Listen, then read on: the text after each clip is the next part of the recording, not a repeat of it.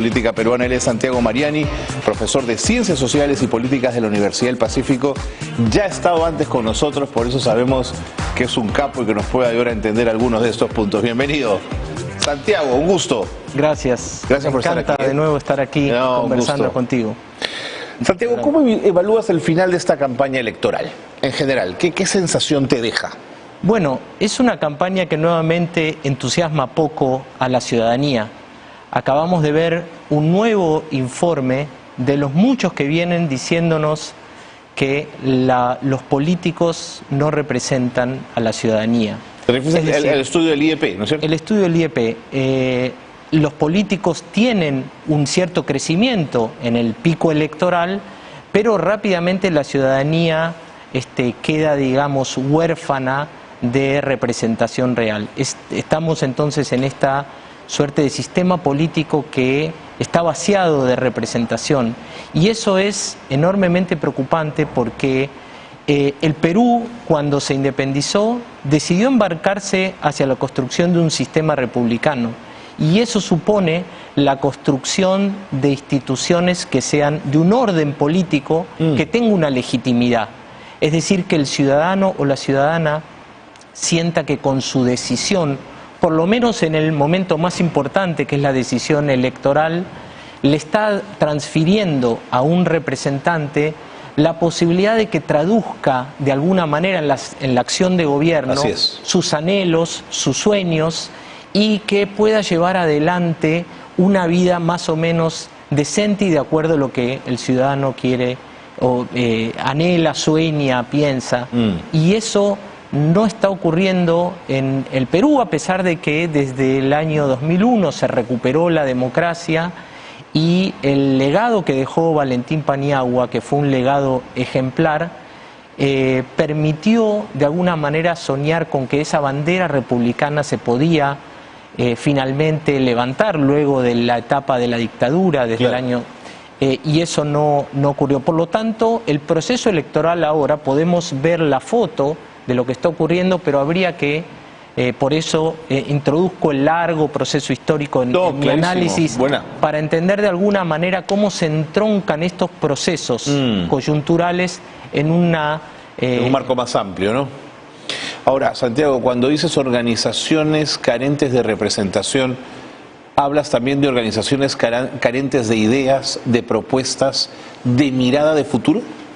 Bueno, para, digamos, como medida podemos ver el debate reciente. Ok, vamos por ahí. ¿Qué te pareció? Bueno, un debate carente de ideas. Pobre en ideas, ¿no? Un debate sin sustancia, sin densidad política, donde los ataques personales pareciera ser que están a la orden del día antes que las opciones programáticas y la visión de la ciudad de Lima que nos pueden dejar los candidatos que quieren gobernar Lima. Los ataques o los deslindes a ciertas acusaciones de índole judicial, ¿no? Así es, una gran capacidad para hacer deslindes y para no responder cuestiones centrales que la ciudadanía merece, digamos, tener respuestas sobre ciertas cuestiones. Pero esto de nuevo se entronca en un sistema político que no tiene parangón, yo diría, en el mundo, en su debilidad, en su debilidad partidaria. Miremos a la región, por ejemplo. ¿Qué otro país tiene la debilidad estructural del sistema de partidos como el Perú? Probablemente Guatemala, países que tienen una larga tradición de una gran debilidad institucional. Es decir, el Perú está atravesando desde hace algunos años una gran paradoja, que es que en el lado de los logros, podríamos decir que ha logrado una cierta estabilidad macroeconómica, ha logrado tener un Banco Central de Reserva que es reconocido y que tiene un consenso acerca del rol que tiene que cumplir, pero esa estabilidad macroeconómica no ha venido acompañada de un correlato de desarrollo político. Es decir, el Perú es un país subdesarrollado políticamente, Y eso, digamos, le pasa una factura muy grande a la ciudadanía, porque no existe proceso político, social y económico en el mundo que haya logrado altos niveles de desarrollo sin un desarrollo político institucional fuerte. Correcto. Eso explica, lo pongo sobre la mesa, que tres de las figuras políticas más importantes de hoy, o que generan más interés mediático, si quieres, vengan del ejército. Claro, estamos hablando de Antauro Humala, estamos hablando de Urresti, el candidato a Lima, estamos hablando del presidente del Congreso, que provienen del ejército y provienen con, en el caso, bueno, de Antauro Humala, fue juzgado por asesinato, cumplió su condena. El caso de Urresti está en la investigación sobre el asesinato de un periodista, de Hugo Bustíos. Y en el caso del presidente del Congreso, su vinculación también problemática con temas de derechos humanos. Entonces, el caso a Comarca. Así es. Entonces, esto, digamos, lo que está poniendo sobre la mesa es esta falta de representación y esta búsqueda de los ciudadanos frente a una democracia que no está generando respuestas, de hombres fuertes que puedan de alguna manera traer las respuestas que el sistema no está trayendo. Entonces, no es casualidad que sean las tres figuras que están de alguna manera acaparando espacios de poder importante o cierta expectativa electoral. Sí, cierta expectativa electoral. Vamos a volver con ello, pero no quiero irme de lo que comenté al inicio del programa, Santiago, y es que justo hoy el Poder Judicial ha expectorado a un candidato en ciernes en Cajamarca, el candidato Joaquín Ramírez por Fuerza Popular, que decía yo, más allá de que nos guste o no, me pregunto si la arquitectura jurídica de un país debe permitir que un candidato sobre el que la gente tiene ciertas expectativas democráticas y de voto, el Poder Judicial se deshaga de él.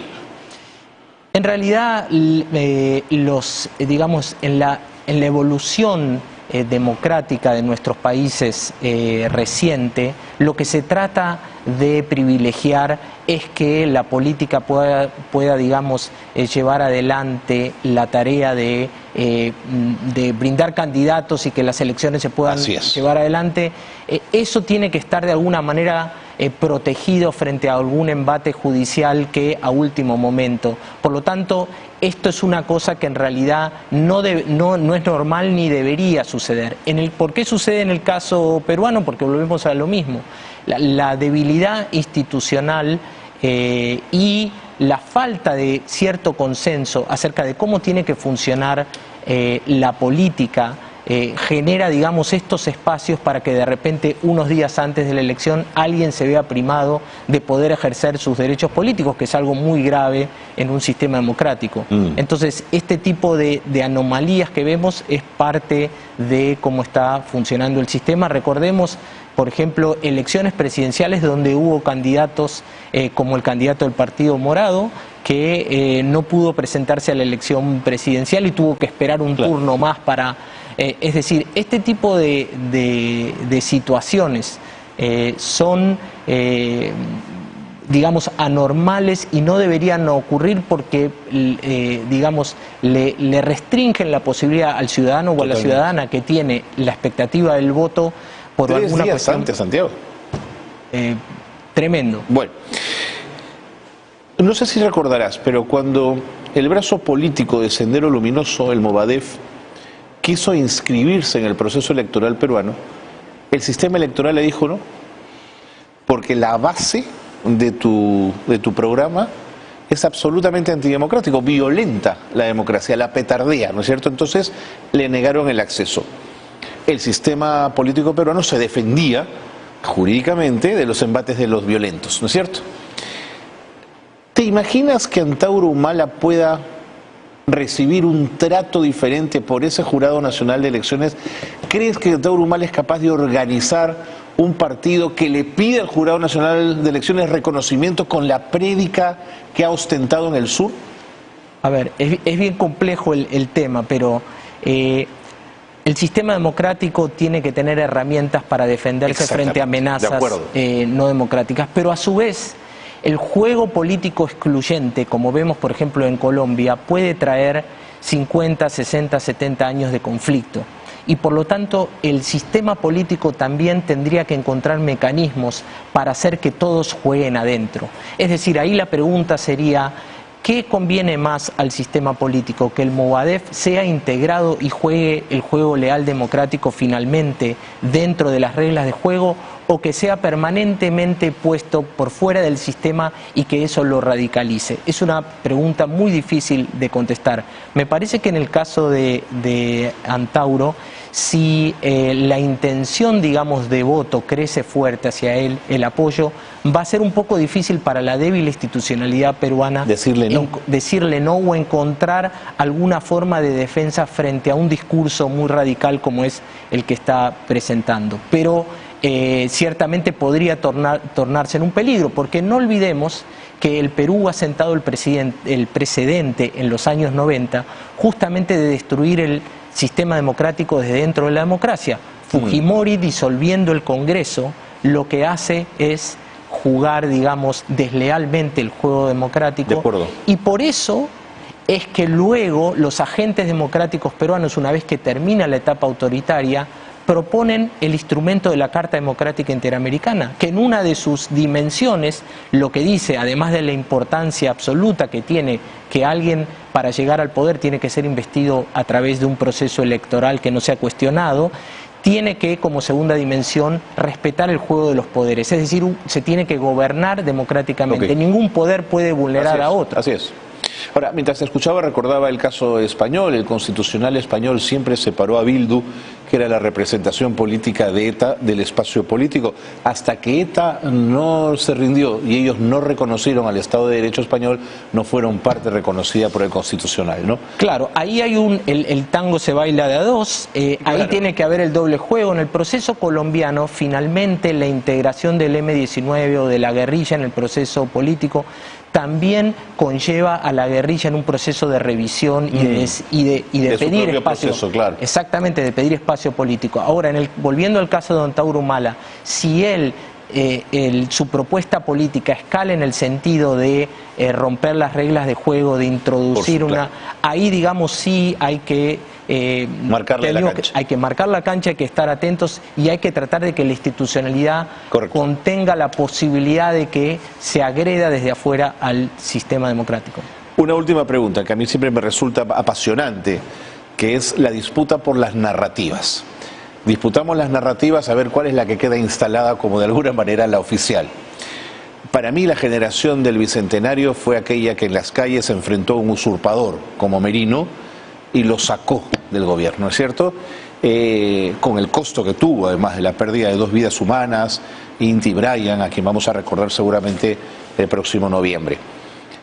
Pero el Congreso de la República, a través de una congresista, la congresista del Fujimorismo, Barbarán, invita a un grupo de muchachos y les dice la verdadera generación del Bicentenario. Y uno de los muchachos, en la habilidad que tienen los adolescentes, le dice: queremos adelanto de elecciones, y le mató la fiesta. Pero vaya, más allá de esa anécdota, ¿te sorprende la disputa de las narrativas? No, es parte del juego político. La disputa entre la narrativa, digamos, neoliberal que tuvo éxito en el Perú con lo que todavía no sabemos que puede venir como superador de la narrativa neoliberal.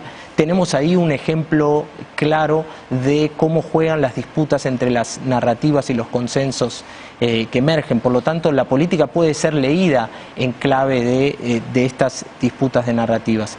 En el caso de Merino, me parece que lo más preocupante ha sido cómo el Congreso lo blindó de una posible investigación. El Congreso actual... Lo llegó a premiar y a reconocer, Santiago. Encima lo llegó a premiar y a reconocer. Por lo tanto, ahí creo que hay un antecedente complejo para nuestro proceso democrático, luego de lo que costó, como estabas diciendo, y que tuvo que involucrar, digamos, a los ciudadanos, especialmente a los jóvenes, movilizados en las calles y exponiéndose a la barbarie de la represión que recibieron. Santiago, el tiempo me ganó, me quedaría conversando un rato largo, pero así es, pues, así es, Rimanchik. Gracias por haber estado con nosotros. Gracias por la invitación. Encantado, vente cuando quieras, tú sabes, a conversar, un gusto. Santiago Mariani, profesor de Ciencias Sociales y Políticas de la Universidad del Pacífico, que nos daba una mirada muy interesante del momento político que vive nuestro país. Y si no hay fórmulas,